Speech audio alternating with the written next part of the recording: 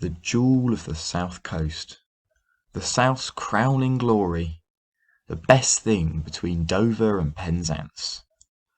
None of these phrases have been used to describe Southampton, but I feel that they should be.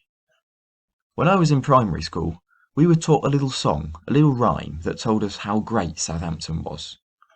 It went a bit like this: Southampton, Southampton, the place to be. Southampton, Southampton, the city by the sea. Now, they never actually gave us any empirical evidence that it was the place to be, although it was definitely the place that we were, but I absolutely cannot fault the fact that it is, if not the city by the sea, definitely a city by the sea. Well, sort of near the sea. Anyway, it's kind of on an estuary sort of thing. Anyway, the idea is the important thing. Now, I was totally convinced by this song and have spent my life ever since knowing that Southampton truly is the place to be. So today, I thought I'd give you a quick little tour of the city and share some of the things that make Southampton so great. The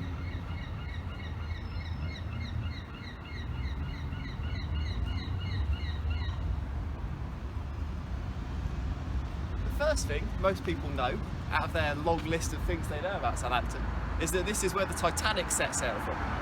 And it's true, we've even got a museum here, all about it. I mean, sure, Belfast gets a lot of the credit for actually building the thing, and yeah, their Titanic museum is way better than ours, but you know, it set sail from here. This was the last place it docked before it departed on its infamous, ill-fated voyage. Well, except for Le Havre, it did stop in Le Havre as well. And Cobb, actually, I did stop in Cobb as well, but apart from them, this was the last place. The second thing most people know about Southampton is that it's the home of the appropriately named Southampton FC. Of all of the football teams in Europe, they are definitely one of them, and hey, they actually hold a record in the Premier League for the biggest defeat at home. It was 9-0 against Leicester.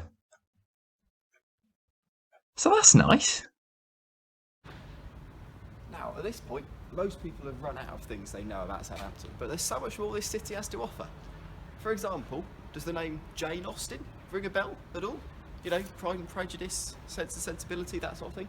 Well, like all the literary greats throughout history, she was not from Southampton, but unlike almost all the literary greats of history, she did live here for almost 3 whole years, in this actual house.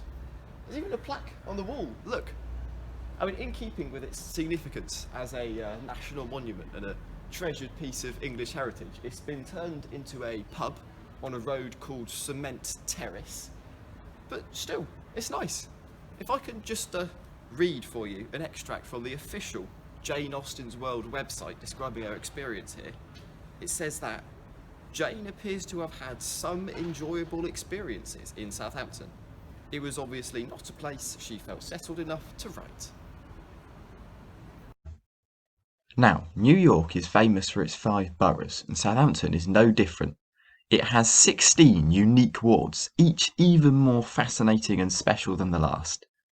Clearly there's just too much good stuff here to show you everything, so I'll take you on a quick tour of the highlights. With that in mind... Welcome to Millbrook. This ward is famous for its docks, and it's easy to see why. They really do feature front and centre over there. And just look at this view. I mean, from here you can see the cranes, the pylons, the trains, the train station. Oh, that massive car park, there's a lorry park just over there, there's warehouses and there's an A road. Drink it in. Oh, that's about it. Next up, it's Redbridge. Known to most people in Southampton as that place you drive through to get to top. It actually has many of its own unique attractions. For example, this massive bridge. I mean, it's not technically red, but I think if you just use the power of imagination and just really squint, I can see that as the Golden Gate. That's probably what they're building there, to be honest. So really, I think you should think of Redbridge as the San Francisco of the Southampton area. Next up is Woolston, and this is an important one because this is the closest thing that that the biggest city on the south coast has to a beach. And here it is. This is the perfect place just to kick back, relax, let that beautiful view of the Fawley oil refinery complex just sink in. Look out, you know, Bondi Beach, Copacabana. Woolston's coming for you.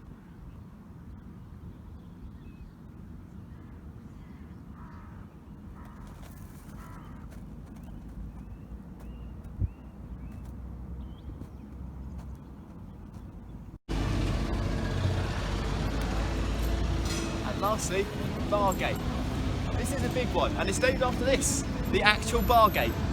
This used to be the medieval entrance to the city of Southampton. I grant you it stinks a piss at the moment, but that's just for that authentic medieval flavour. It's nice. If none of this has particularly appealed to you so far, don't worry, because Southampton has a trump card up its sleeve.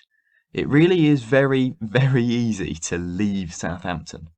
Not only does it have access to 3 motorways, it has a coach station, a cruise ship terminal, a ferry port, a mainline train station, and even its own dedicated airport, which is pretty rare for a city of this size. In fact, leaving Southampton is such a popular activity that of the top 10 highest rated attractions in the city on TripAdvisor, numbers 6 and 7 are just ferries to take you to other places.